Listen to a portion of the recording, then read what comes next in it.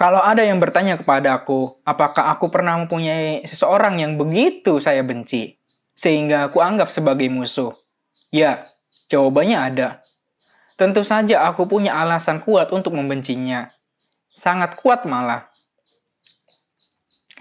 Ia adalah seorang yang tidak pernah kubayangkan akan hadir dalam hidup perkawinanku.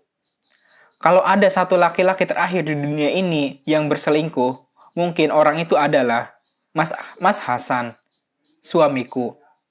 Bagaimana tidak?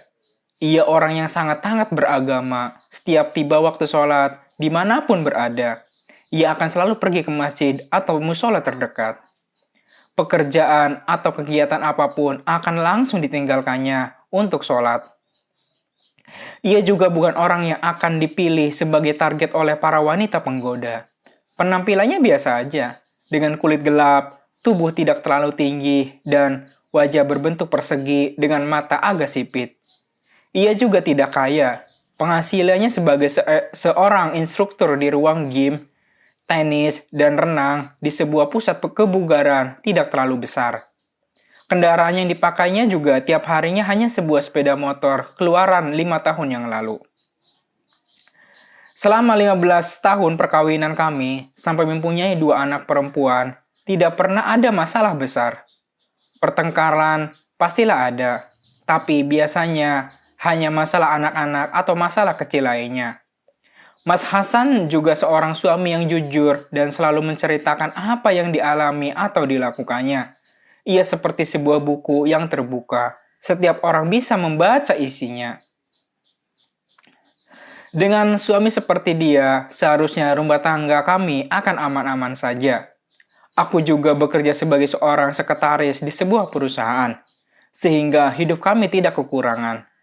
Aku bersyukur telah menuruti nasihat ibuku untuk tidak memilih suami yang tidak terlalu tampan atau tidak terlalu kaya, agar rumah tanggaku jauh dari godaan. Memasuki usia perkawinan yang ke-12, badai menerjang kehidupan kami. Mungkin salahku juga yang terlalu menganggap remeh suamiku.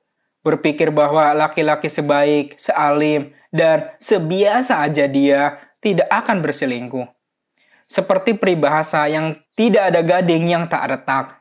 Mas Hasan juga bukan manusia sempurna. Siapa yang menyangka bahwa sifatnya yang terlalu baik dan peduli kepada orang lain bisa disalahartikan oleh seseorang. Suatu malam, saat sedang di rumah, Mas Hasan baru akan berangkat ke masjid. Tiba-tiba ponselnya berdering. Anehnya, setelah melihat ke layar ponselnya, ia langsung menerima panggilan itu dan berbicara di teras rumah. Biasanya, kalau sudah akan ke masjid, apapun tidak akan bisa menahannya. Mas Hasan hanya berbicara sebentar saja di ponselnya, lalu berangkat ke masjid. Aku pun sibuk di dapur menyiapkan makanan untuk bekal anak-anak ke sekolah besok pagi, hingga tidak ingat lagi untuk bertanya. Saat kami duduk menonton televisi setelah makan malam, ponsel Mas Hasan berdering lagi. Ia mengambilnya lalu masuk ke kamar dan menutup pintu. Aku semakin heran. Bicara dengan siapa sih dia sampai perlu masuk ke kamar? Apakah sama dengan orang yang tadi menelepon sebelum ke masjid? Ia berada di kamar cukup lama. Begitu ia keluar, aku langsung bertanya, "Dari siapa sih, Mas? Sampai harus bicara di kamar?" "Oh, itu salah satu member di tempat kerjaku. Namanya Dian. Dia berlatih tenis denganku." "Untuk apa dia meneleponmu? Apalagi sudah malam begini?" tanyaku. "Dia cuma mau merubah jadwal latihan tenis untuk besok." Dia juga cerita soal anaknya yang hampir ketabrak mobil saat menyeberang jalan di depan sekolah. Untung sopir mobilnya masih sempat menginjak rem. Jelas Mas Hasan. Aneh, tidak biasanya ada member di tempat kerjamu yang menelponmu malam-malam begini. Memang dia dekat denganmu. Tanyaku penasaran. Hampir semua member memang dekat denganku. Aku kan mengajari mereka di ruang game, tenis, dan renang. Kalau aku tidak akrab dengan semua member, bisa-bisa mereka kabur ke tempat lain. Kilahnya. Aku tahu, Mas, tapi kan tidak ada yang menelponmu malam-malam dan cerita tentang anak segala macam. Kalian berbicara lama sekali. Memang siapa sih dia? Aku masih penasaran. Dia member biasa. Sudah beberapa bulan ini aku mengajarinya bermain tenis. Dia dan suaminya, Ferry Hendrawan, punya sebuah kantor pengacara. Oh ya, kantor mereka ada di gedung yang sama dengan tempat kau bekerja.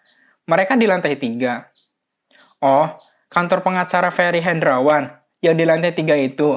Keren juga ya, mereka bisa berkantor di sana. Setahu aku, biaya sewa kantor di gedung itu sangat mahal. Begitu ya, mungkin juga sih, aku tidak tahu. Mas Hasan mengangkat bahu. Pembicaraan malam itu tidak berlanjut. Yang penting aku sudah tahu siapa perempuan yang menelpon Mas Hasan. Tidak boleh kelihatan terlalu mendesaknya, di dalam hatiku ada sedikit rasa curiga. Kecurigaanku pertama setelah 12 tahun bersama. Hari-hari berikutnya, nama Dian lebih sering lagi kudengar dari mulut Mas Hasan. Ada-ada saja yang diceritakannya. Dian itu lebih muda 5 tahun dariku. Dian begini, Dian begitu, ini kue bikinan dia, dan masih banyak cerita lainnya. Puncaknya adalah saat suatu malam Mas Hasan membawa pulang sebuah raket tenis baru yang ku tahu harganya sangat mahal. Wah, raket baru nih, dapat dari kantor Mas, tanyaku. Bukan, ini dari Dian. Katanya dia sudah tidak mau pakai lagi. Tidak mau pakai lagi? Jangan bohong Mas, ini raket baru, bukan bekas pakai. Kau pikir aku tidak tahu bedanya? Bantahku. Aku tidak bohong, Dian yang bilang begitu. Mas Hasan tidak mau kalah.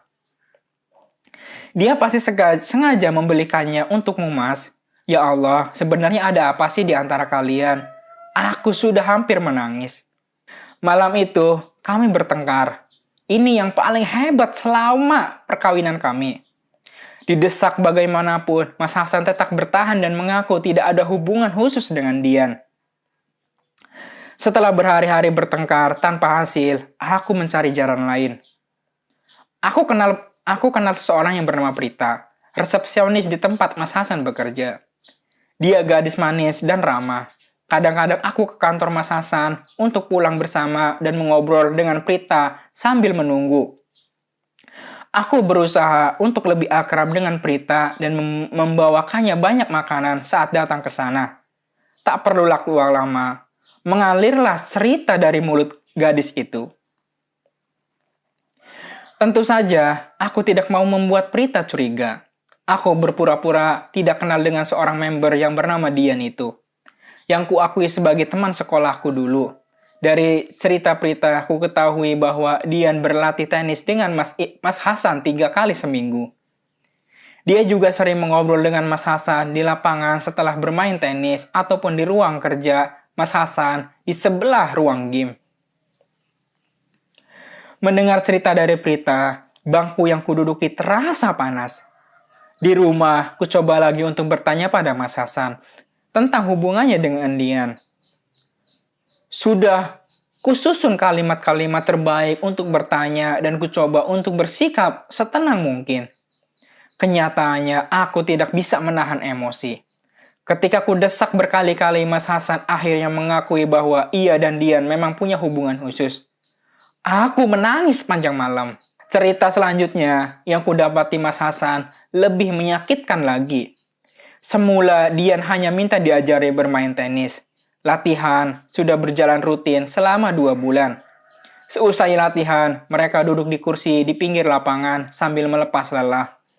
Pada saat itulah Dian sering bercerita kepada Mas Hasan bahwa rumah tangganya sedang tidak bahagia. Walaupun ia dan suaminya bekerja dalam satu kantor, suaminya sering meremehkannya.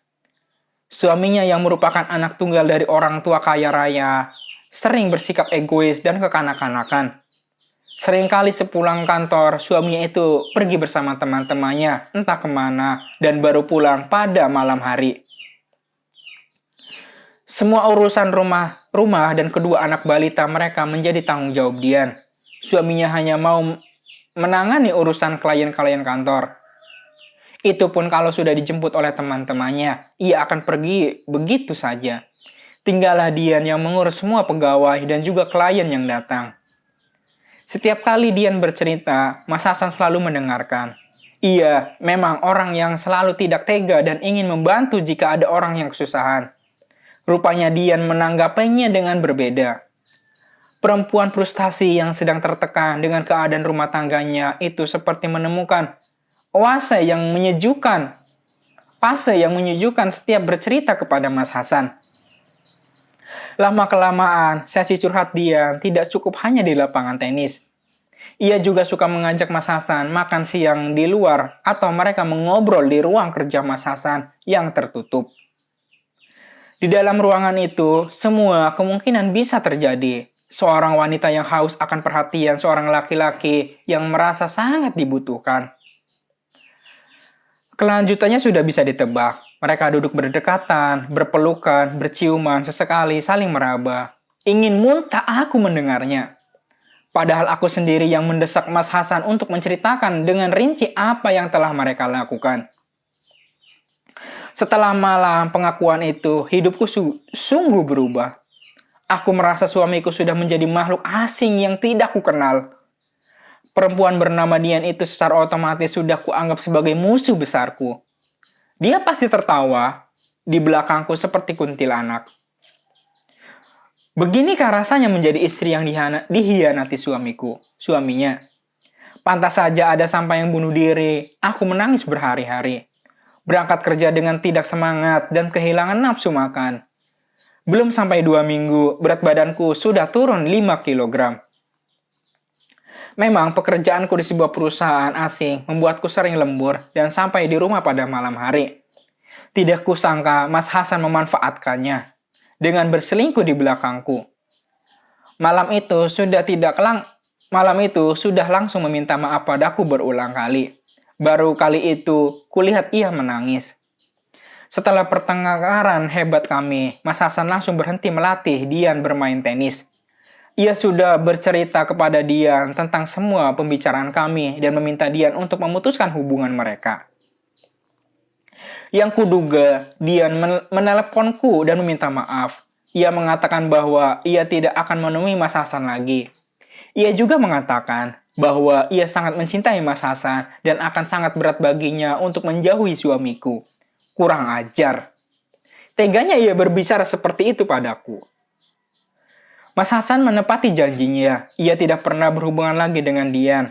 Perempuan itu sudah berhenti menjadi member di tempat Mas Hasan bekerja. Seharusnya persoalan sudah selesai dan hidup berjalan seperti biasa. Tapi kenapa aku tidak merasa lega? Kenapa hatiku belum puas? Enak saja perempuan itu melenggang pergi dari kehidupan kami dan meninggalkan goresan dalam hatiku. Ini tidak bisa kubiarkan, aku harus melakukan sesuatu. Beberapa malam setelah itu aku tidak bisa tidur. Beban yang kurasakan terlalu berat sehingga tubuhku tidak kuat menanggungnya. Aku juga sering melamun dan marah-marah karena hal sepele. Saat memikirkan jalan keluar dari masalahku, sebuah gagasan melintas, ku ambil pulpen dan kertas, dan aku menulis surat. Surat itu aku tulis, kepada yang terhormat Bapak Ferry Hendrawan, SH, kantor pengacara Ferry Hendrawan dan partner. Dengan hormat, sebelum Bapak membaca seluruh surat ini, saya ingin memperkenalkan diri. Saya adalah Fitri, dan saya bekerja di PT ABC. Di lantai 10 di gedung sekian. Saya tidak tahu apakah Bapak mengetahui bahwa selama ini istri Bapak Dian menjalin hubungan dengan suami saya yang bernama Mas Hasan. Dian istri Bapak berlatih tenis di tempat suami saya bekerja selama seminggu 3 kali. Setiap selesai latihan, istri Bapak sering mengobrol dengan suami saya. Biasanya ia menceritakan tentang keadaan rumah tangganya yang tidak bahagia. Setelah beberapa bulan berlatih tenis, hubungan mereka semakin akrab. Pembicaraan berlanjut di luar tempat gym, dan mereka sering pergi berdua dan makan berdua, dan entah apa aja yang sudah terjadi. Dari cerita ini, apakah Bapak sudah bisa membayangkan apa yang kemudian terjadi? Setelah mengobrol akrab, mereka duduk berdekatan, berpelukan, berciuman, dan sesekali saling meraba. Sebatas itulah hubungan mereka menurut keterangan dari suami saya. Benarkah hanya sejauh itu? Hanya mereka yang bisa menjawabnya. Saya mencoba untuk percaya dan menyingkirkan semua pikiran kotor bahwa hubungan mereka lebih dari itu. Saat ini, mereka sudah tidak berhubungan lagi. Suami saya sudah langsung memutuskan hubungan dengan istri Bapak, Dian, ketika saya mengetahuinya. Saya menceritakan semua ini kepada Bapak untuk sedikit meringankan beban pikiran saya. Sejak mendengar pengakuan dari suami saya, kehidupan rumah tangga kami tidak lagi sama. Kami seperti dua orang asing yang tidak saling mengenal dan dipaksa untuk tidak tinggal dalam satu rumah. Saya berpura-pura bersikap manis agar kedua putri kami tidak tahu apa yang sedang terjadi. Saya tidak ingin merusak kesan baik terhadap ayah cinta mereka. Saya ingin agar Bapak tahu apa yang telah dilakukan istri Bapak, agar ia juga bisa merasakan bagaimana hidup dalam rumah tangga setelah adanya perselingkuhan. Tidak adil jika hanya saya yang menanggungnya. Saya harap agar Bapak tidak membalas surat ini karena saya tidak membutuhkan balasan. Saya juga sudah siap dengan segala resiko yang timbul sebagai akibat dari adanya surat ini. Cobaan terberat dalam perkawinan saya sudah terlanjur terjadi, maka tidak ada lagi yang perlu saya takutkan. Kumasukkan surat itu ke dalam amplop coklat, ku ketik nama, alamat surat lengkap dan tulisan private and confidential. Private and confidential. Agar tidak ada orang selain suaminya Dian yang berani membukanya. Aku berharap surat ini benar-benar sampai ke tangan Ferry, suaminya Dian. Ku minta Maman, pesuruh di kantorku untuk mengantarkan surat ini ke lantai 3. Tidak ada lagi yang bisa kulakukan, hanya berdoa. Dengan ridho Allah, semoga surat itu sampai dengan selamat ke tujuan. Seminggu kemudian, saat aku sedang di kantor, ponselku berdering. Setelah aku ambil, terdengar suara Dian. Ia langsung berbicara. Mas Ferry sudah membaca surat dari Mbak Fitri. Dia marah sekali. Kami bertengkar hebat berhari-hari. Dia tidak mau mendengar penjelasan apa-apa dariku. Pagi ini dia akan mengajukan gugatan cerai. Dalam waktu dekat kami akan bercerai. Semoga Mbak puas. Ia langsung menutup teleponnya tanpa menunggu jawaban dariku. Aku menghela nafas. Perempuan itu harus merasakan akibat dari perbuatannya. Jangan hanya aku yang merasakan penderitaan panjang akibat perselingkuhan suamiku. Sebuah noda dalam perkawinan tidak akan bisa kulupakan seumur hidupku.